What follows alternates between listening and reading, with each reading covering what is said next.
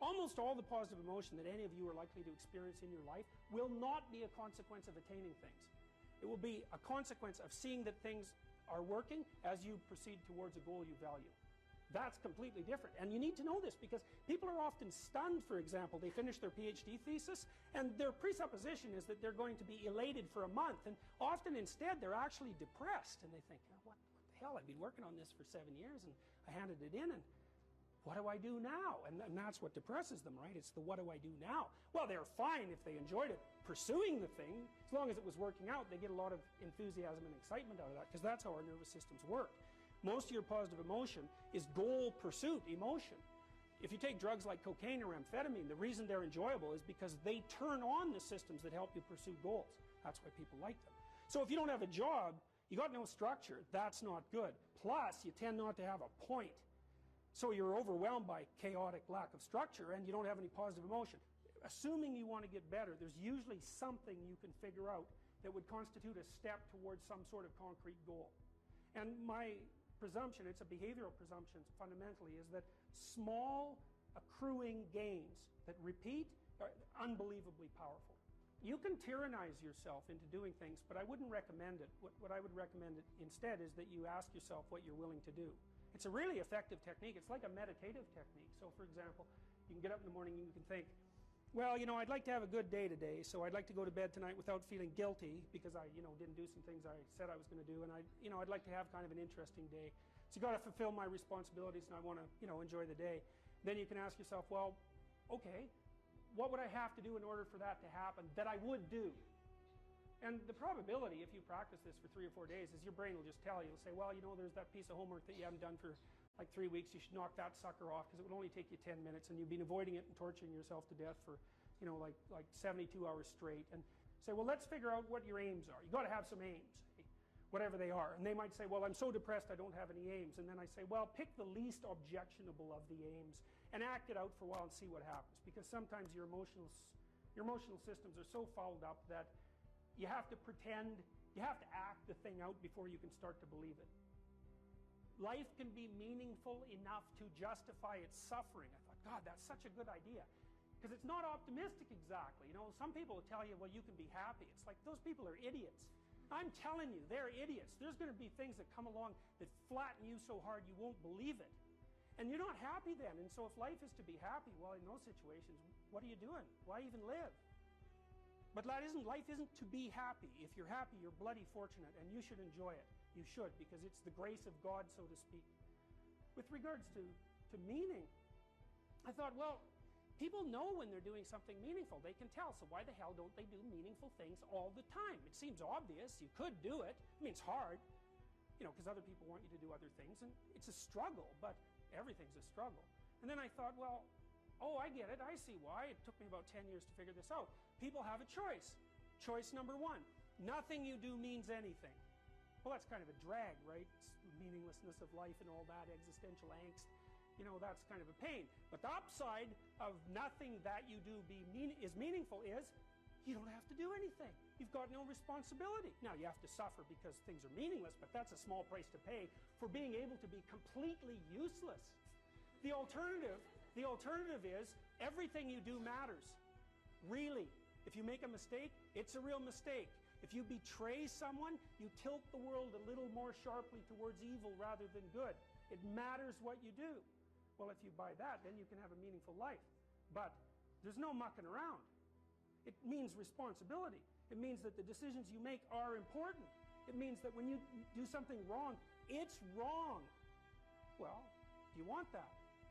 If you take people and you expose them voluntarily to things that they are avoiding and are afraid of, that they know they need to overcome in order to meet their goals, their self-defined goals.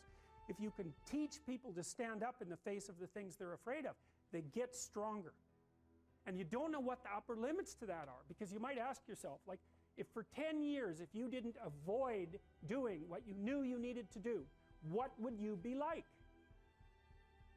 Well, there are remarkable people who come into the world from time to time, and there are people who do find out over decades-long periods what they could be like if they were who they were, if they spoke their being forward. And they get stronger and stronger and stronger, and we don't know the limits to that. We do not know the limits to that. Probably running at about 51% of our capacity. Something, I mean, you can think about this yourselves.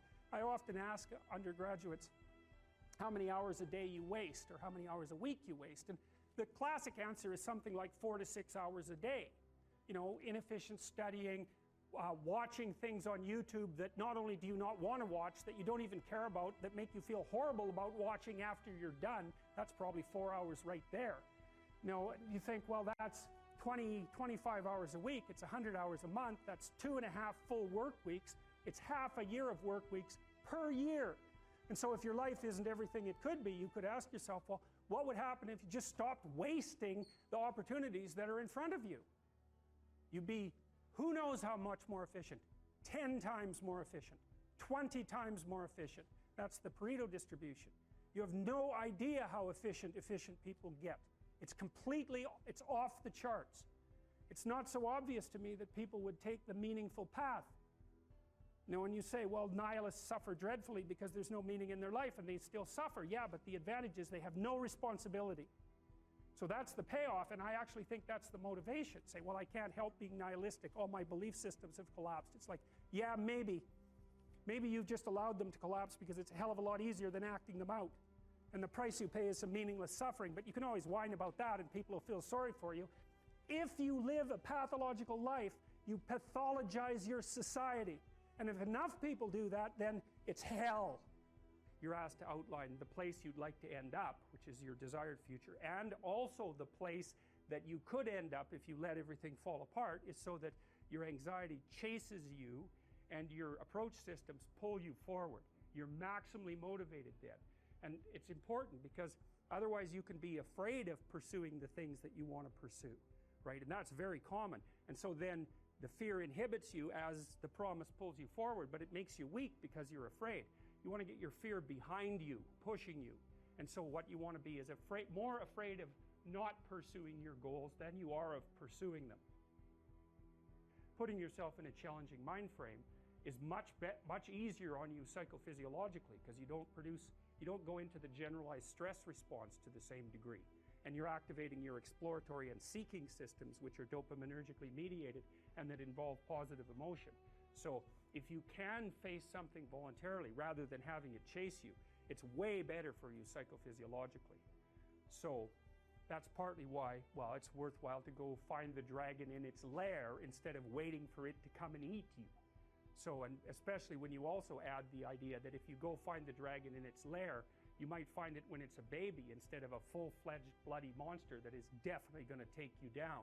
Don't avoid small problems that you know are there. Face them, because they'll grow into big problems all by themselves. And you can think about, imagine the tax department sends you a notification. You owe them like $300.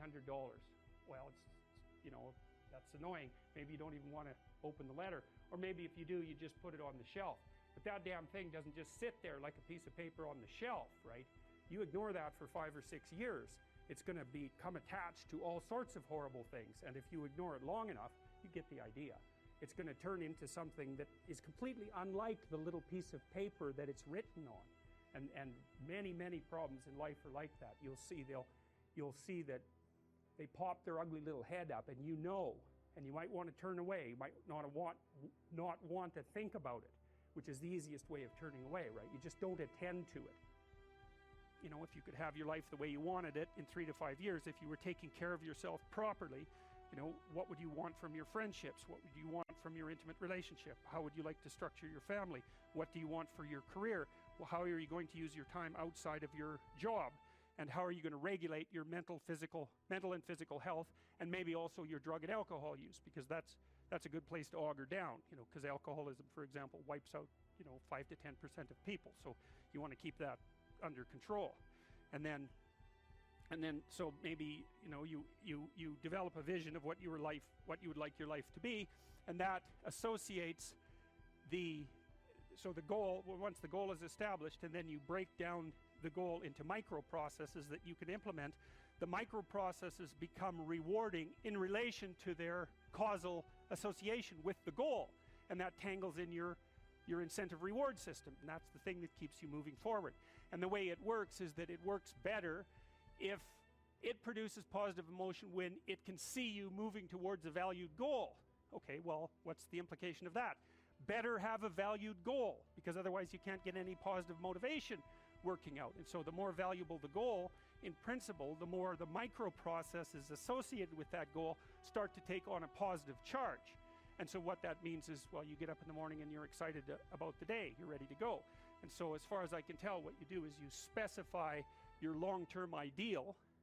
Maybe you also specify a place you want to stay the hell away from, so that you're terrified to fail as well as excited about succeeding, because that's also useful.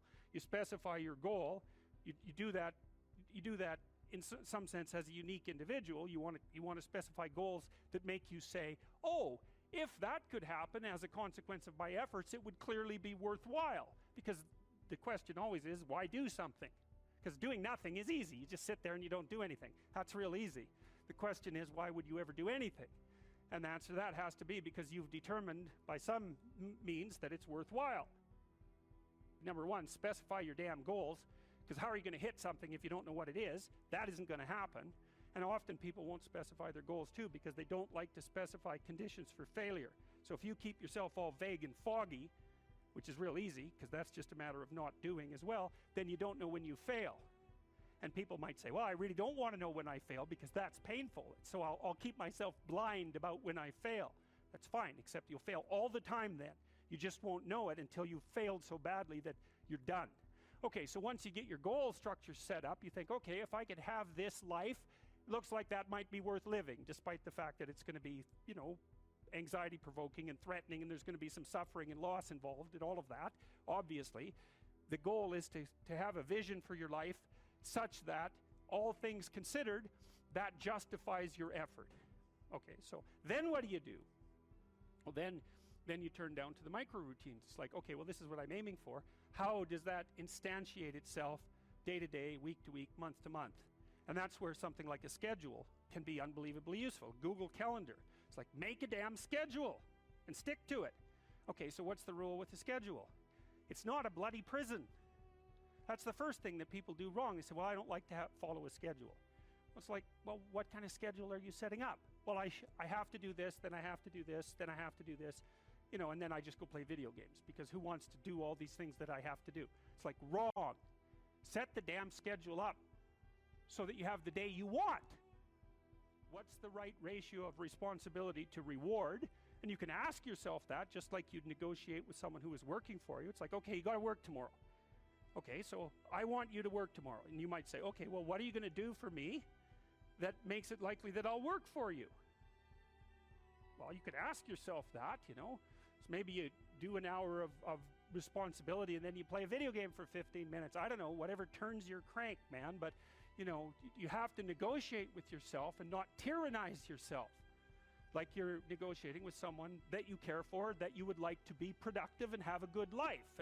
And that's how you make the schedule. It's like, and then you look at the day and you think, well, if I had that day, that'd be good. Great. And you're useless and horrible, so you'll probably only hit it with about 70% accuracy, but that beats the hell out of 0, right? And if you hit it even with 50% accuracy, another rule is, well, aim for 51% the next week, or 50.5% for God's sake, or because you're going to hit that position where things start to loop back positively and spiral you upward.